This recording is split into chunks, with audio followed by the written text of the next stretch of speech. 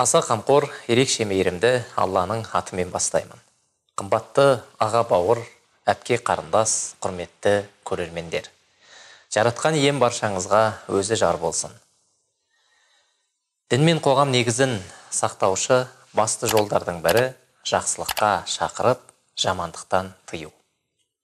Бұл барша пайғамбарлар сүннеті. Ендеше бүгін амалымызбен соларға ұқсауға тырысайық.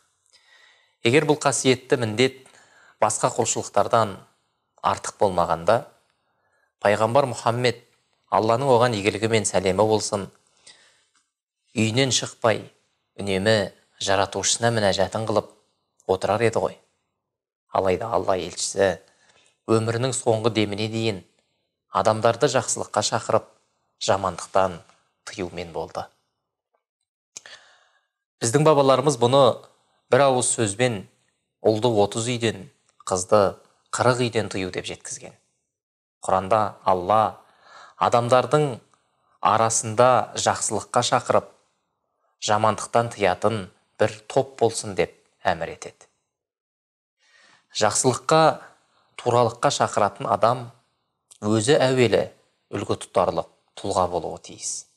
Егер қоғамда жамандықтан тыяр, көкірек көзі ояу тұлғалар жоқ болса, ондай қоғамның құлдырауы заңды.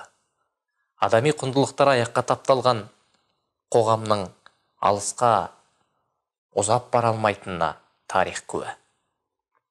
Пайғамбарымыз бір хадисінде араларыңнан кім жамандықты көрсе, оны қолымен түзетсін.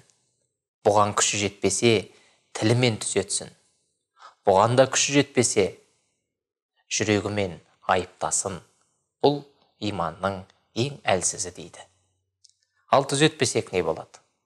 Келесі хадисте: олай етпеген жағдайда Алла тағаланың жіберетін азабы тым жақын. Одан соң қаншама жалынып, жалбарынсаңдар да дұғаларың қабыл болмайды. Яғни қоғамға қауіп төнеді. Біз көбінше осыған көп көңіл бөле бермей жатамыз.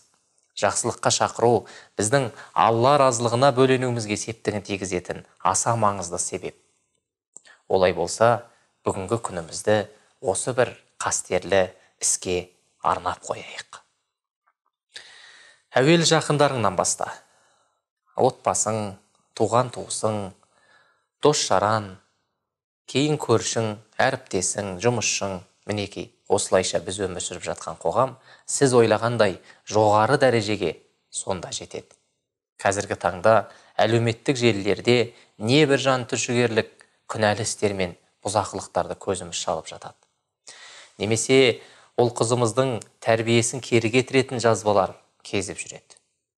Сол жердегі бір өкініштісі, оны тоқтатудың орнына жақтап, іліп ап, қостап, тарқатып жататындардың легі басым.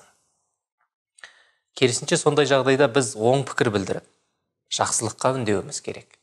Ешбір пенде өз қалауымен бақытсыздыққа душар болуды қаламайды.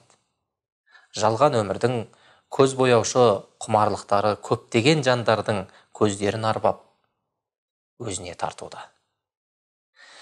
Алайда жүрегінде иманы бар, Алласын шынайы таныған жанды еш нәрсе ауытқыталмайды.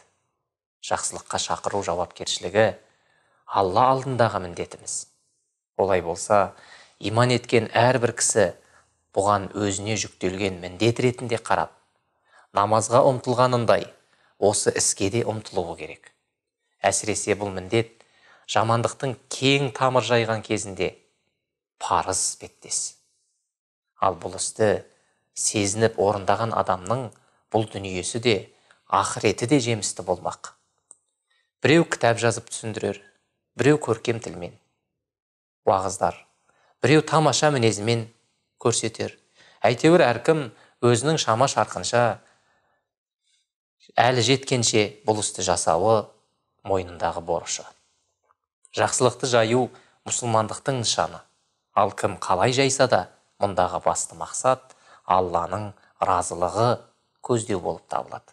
Әйтпесе бұл қасиетті іс жеміс бермейді. жеміс бермек түгілі ақыретте зардабы да тиюі мүмкін. Алла тек өзінің разылығы үшін жасалған ықыласты амалдарды ғана қабылдайды. Алла бұл істің маңыздылығы мен үнемі жалғасу керектігін бұлай баяндайды.